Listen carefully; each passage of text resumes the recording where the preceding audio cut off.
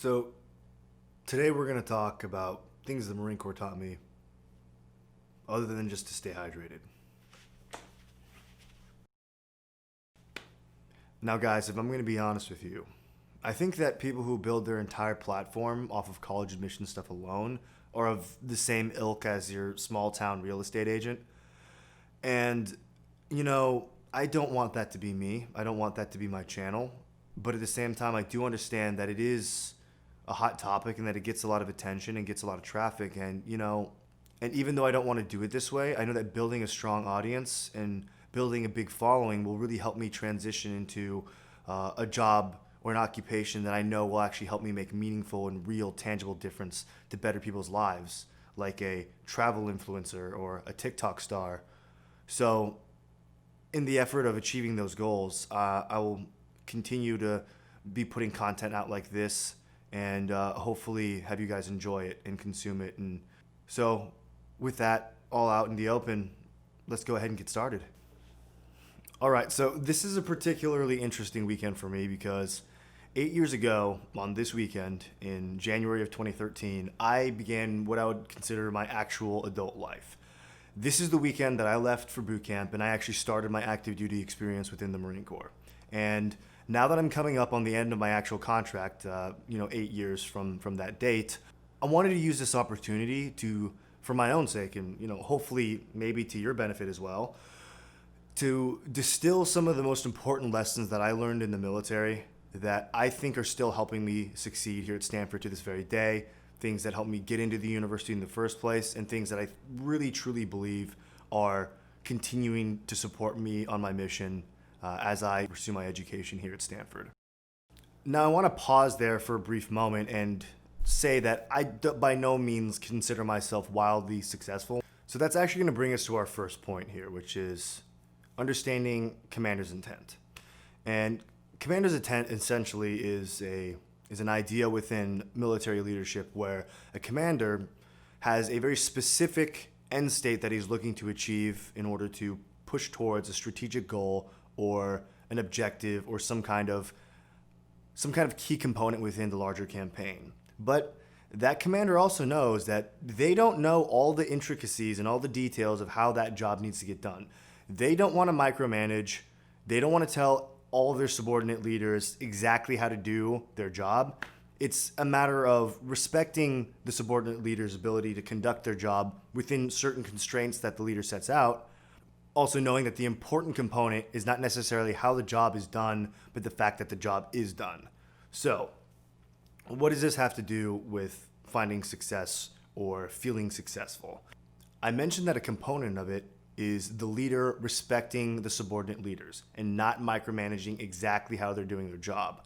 So long as they're not breaking any horrible rules and they're still pushing towards the main objective, towards the commander's intent, the commander really has nothing to say. So you could kind of draw a comparison here where, let's just say that I showed up to Stanford in 2018 and I gave myself very specific milestones that I had to achieve, the exact classes I needed to do, the exact clubs I needed to be a part of, and I micromanaged the hell out of my time here. That is basically assuming that me, 2018 me, who was fresh out of the military and didn't really have a great understanding of what I wanted out of life, has the wherewithal and has the authority to essentially tell me exactly how to experience my time here down to the class.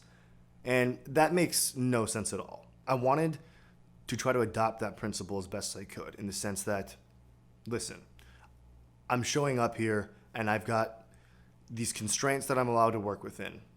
I'm here to work hard because I don't want to squander somebody else's spot that could have been here. I mean, when it comes down to it, somebody else might have been in my position and might have actually tried and really used this spot to its fullest, and I don't want to disrespect the person who could have been here by not trying.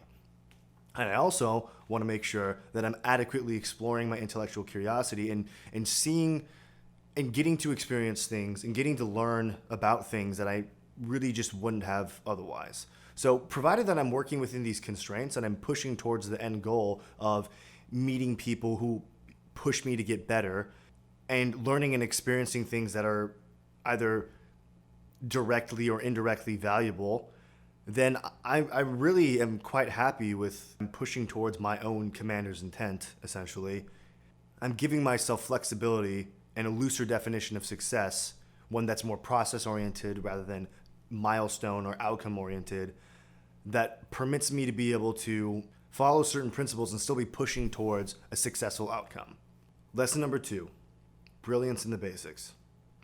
I can think of so many Marines from my very short time in that were absolutely brilliant and extremely good at their jobs and had very, very advanced skill sets, but were just so terribly unreliable, who would not take care of their bodies, would just lose things all the time, and for so many reasons were just very painful to work with. And when you get to that point, you don't even care how good they are at their job. When they can't do those basic things correctly, you seriously question how useful they are as a member of your team or as a contributor to your unit. I understand that being a college student and being a Marine are two extremely different things.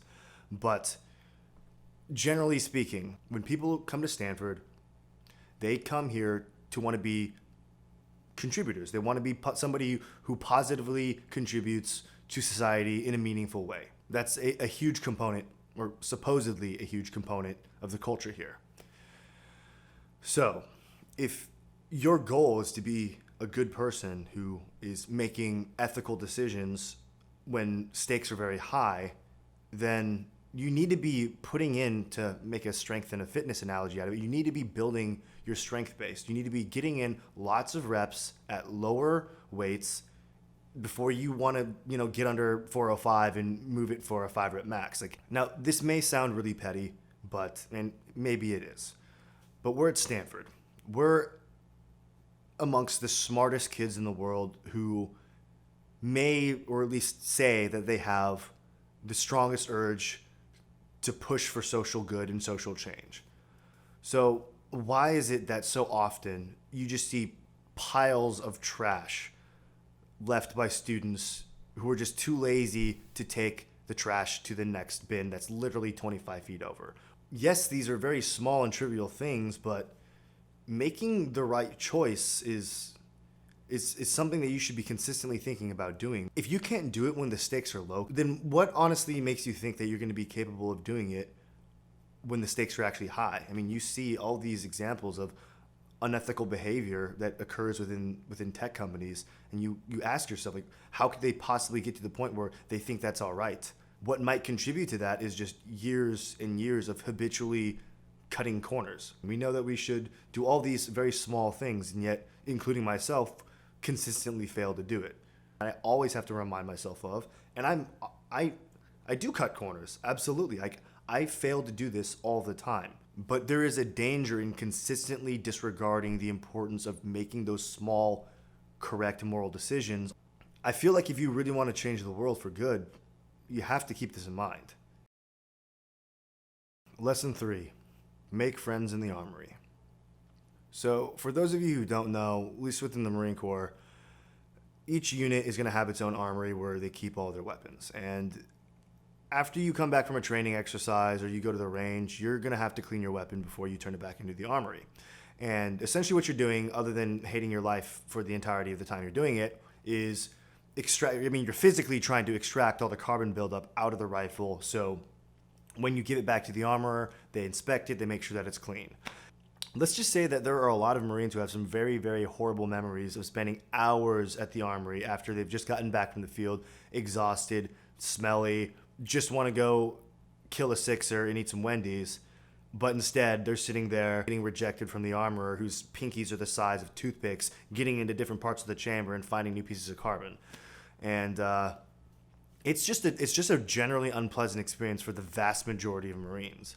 But every once in a while, you might be hanging out at the barracks and you suddenly come across one of the guys who's in H&S company, and he's one of the armorers. And, maybe you end up bullshitting with them for a little bit and becoming fast friends. And, next time you come back from the field, you're hungry, you're stinky, all you want to do is go take a shower and slam a Baconator. And you're sitting there, digging your pinky into your chamber, and you're like, man, there's still a little bit of carbon left in here. But you say, you know what, to hell with it. I'm gonna go give it a shot anyways. And you walk up to the armory door, and you see that familiar face, and you pass him your rifle, and he sticks his little tiny pinky up in there, and he finds a little bit of carbon. But you know what?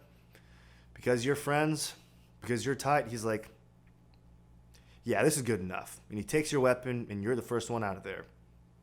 That's never happened to me personally, but I've heard about it. So the lesson here being is you never know who you're going to run across, and it never hurts to have friends in a variety of places. Even though armorers are typically looked down upon in the Marine Corps, I mean, maybe not as much as like military policemen, but still probably on the same level, they serve a very important purpose in making your life a whole lot better. Same thing goes with the admin guys. Sure, you can go into their little administrative center and roast them and act like an asshole because they're just sitting there pushing papers. But, you know, when it comes time for you to EAS or exit the military and they're the ones pushing your papers and they recognize your face and they remember you're an asshole, ooh, man, they might just make your life a little bit worse than it needs to be. So treat people with respect. Make new friends. You never know how somebody might be able to help you in the future. You never know who that person might become. You never know how they might end up being an important key player in your happiness and your success. And I'm not saying do this from a selfish standpoint, but I mean, if you are a purely selfish person, this is a pretty good thing to hedge your bets on. So, you know, now you at least get the benefit of feeling like you're a pretty nice and approachable person and also helping secure your future. Lesson 4, and this is mostly for the enlisted guys, but no matter how cool you are, remember that you're still basically an overglorified janitor. Despite the military spending an exorbitant amount of money training its personnel, it still finds a way for them to be, let's just say, less than ideally used a lot of the time. If the general public knew how much time you spent cleaning and not necessarily doing your real job, that thank you for your service might mean something else. Sometimes it's very easy to get a little bit jaded and upset at your existence within the military when you think back at all those very convincing recruiting commercials and posters and everything that your recruiter told you. And you find yourself 2 a.m.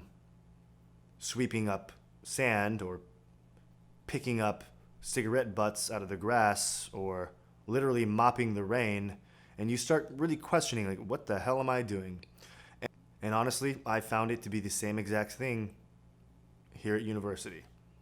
I had this idea about what it was like to be a student. You know, I thought I was going to be having fun all the time, and I was going to have so much free time, and I was going to be able to just do whatever I wanted. Yeah, that's definitely not how it is. I find myself pretty much busy every single waking hour of the day, and work never escapes me. Especially now with everything being remote, I'm living in my workspace and working in my living space. So essentially there's no delineation between times I should be doing something and times I shouldn't be doing anything. And it's a lot different than what I was expecting, to be totally honest. It's never going to be the way that you expected it to be. And the sooner that you can get comfortable with that idea, the less pain and heartbreak you're going to experience. Lesson 5. It's probably going to be uncomfortable, and you're definitely going to do things that you don't want to do. So this one's a pretty direct and literal translation. I had a very, very, let's just say, non-existent math background, then took half a decade away from math completely, and then showed up to Stanford, where the lowest level math that they have is calculus. I was so deathly afraid of doing math when I showed up here because I was so deathly afraid of being proven that I was stupid.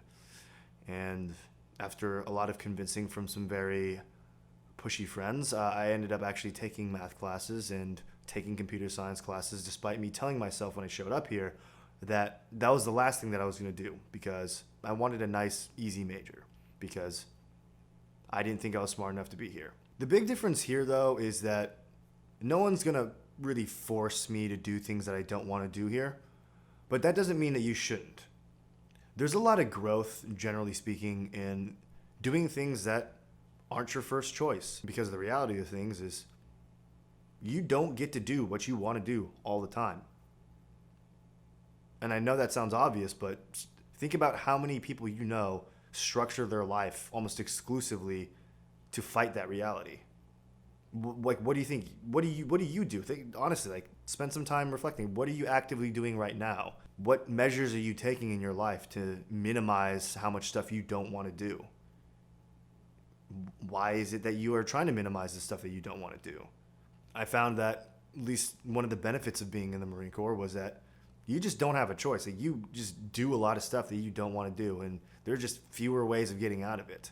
Just getting that gradual exposure to progressively more uncomfortable things it just raises your tolerance to be able to handle that kind of environment and those kind of stressors, and just generally makes you more prepared for, life, the thing that makes you do a lot of stuff that you don't want to do.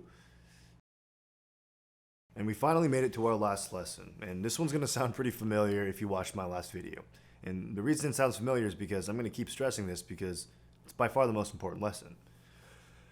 Listen, there's no such thing as making it. As you can imagine, the Marine Corps is an extremely hierarchical organization. Not just from a rank standpoint. I mean, sergeants aren't just better than corporals, and lance corporals aren't just better than everybody else. There's so many more layers of these self-imposed and sort of unofficial hierarchies that exist. I mean, certain job fields are more esteemed than other job fields. Certain jobs specifically within those job fields are more esteemed than other jobs in those job fields. And certain times to be in the Marine Corps were more esteemed than certain other times to be in the Marine Corps. And essentially, it's very easy to get completely and wholly invested in this idea that if maybe I'm not entirely pleased with my first enlistment, or I'm not entirely pleased with my first deployment. I'm not doing the things that I feel like I was supposed to do. In a way, I don't feel like I'm worth the awkward thank you for your services that you get at Olive Garden on Veterans Day. So you continuously push the idea of your service being sufficient enough to the next deployment, or to the next unit, or to the next milestone that you want to achieve, to the next award, and the next rank. And then finally, when you get there, you're going to feel like that you've accomplished enough to feel happy with your service and feel happy with yourself as a whole. And you can call it quits there and you're good. But that doesn't happen. It's very rare to see individuals finally make it to the point in their career where, like, okay, yeah, I'm good. Normally there's 1,000 other factors that cause somebody to leave the military, and they're not often because I'm really happy with what I've done and I'm ready to move on. Does it happen? Yeah, absolutely. But it's a lot more rare within the junior enlisted community for that to happen. So having been aware of this as I was transitioning out of the military, I wanted to ensure that I wasn't setting myself up to fall into that same cycle when I came to university. So the analog in this situation is, rather than, ribbons on your chest and medals on your blues, you have letters of recommendation or certain high-profile jobs on your resume, or or tons of experience on your LinkedIn. And then suddenly you're going to be, ready to do whatever you want to do in life. And sometimes you can get so caught up in just finding this next step of being qualified that you just never end up being qualified enough for you to actually pursue what you want to do. Just like a lot of these other points, these things require constant maintenance, and I haven't perfectly figured out how to do this yet, but to be aware of it and to at least check in once in a while and see if I'm, gravitating towards this same black hole, at least allows me to somewhat adjust my course intermittently to make sure that I don't completely veer off. And truthfully, I haven't figured out this system perfectly, and the only reason I think I have any kind of good understanding of it is just because I've messed it up so many times. I mean, I'm like on my 50th iteration of this, and I'm now at the point where I'm starting to see if the things that I'm focusing on have no business in a resume, then they might be the right thing. If I'm not focused on making sure that I have McKinsey, BCG, or Bain on my internship list, and I'm instead focusing on ensuring that I'm not overextending myself and allowing myself to really explore, then, I think I might be heading in the right direction. So to be really simplistic about it, there are two main things at play here. One is mindfulness, and two is process orientation. Being aware of what you're doing, being aware of why you're doing it and how it makes you feel, being, not living life just kind of in this sort of autonomous haze. So by being immersed in how you're doing things rather than what you're doing and being aware of how you're doing things, then you have all these opportunities to be successful when you're sticking to those values and you're sticking to those virtues. And it's very obvious when you fall short. So spending time on developing the skills of mindfulness or practicing meditation or especially journaling and just finding ways of keeping yourself accountable will pay a lot of dividends later on down the line. I really don't feel like I need to do an entire video on those because there's already so many people who have phenomenal content on those subject matters. I mean, the biggest thing is just finding a way of being able to consistently implement it no matter how minimal, and then from there you can scale it to whatever degree works with your life. So folks, those are some of the things that I took away from the Marine Corps from my time in, other than some achy knees and some soft tissue damage. And of course, a YouTube video, like watching a YouTube video or reading a book or talking to somebody, it's not the same as actually experiencing these things. And a lot of this comes down to you having to, unfortunately, go through, most of the time, something bad in order for you to really actually understand how important some lesson that you always hear, some generalization that gets tossed around, or some platitude that you read in Tumblr posts. But honestly, it was kind of just a good time to sort of get a little bit sentimental and reminisce about my past times. And if you guys do get the chance, I really encourage you to do the same and just think about some of the experiences that you had in, a lifestyle that's completely different than what you're trying to achieve, and see what kind of lessons are still applicable into the next challenge that you take. Hope you guys have fun with that too. It's like 9:50 and I'm an old man, so I gotta edit this video and go to bed. I'll see you guys next time I upload a video. Or not, maybe, we'll see.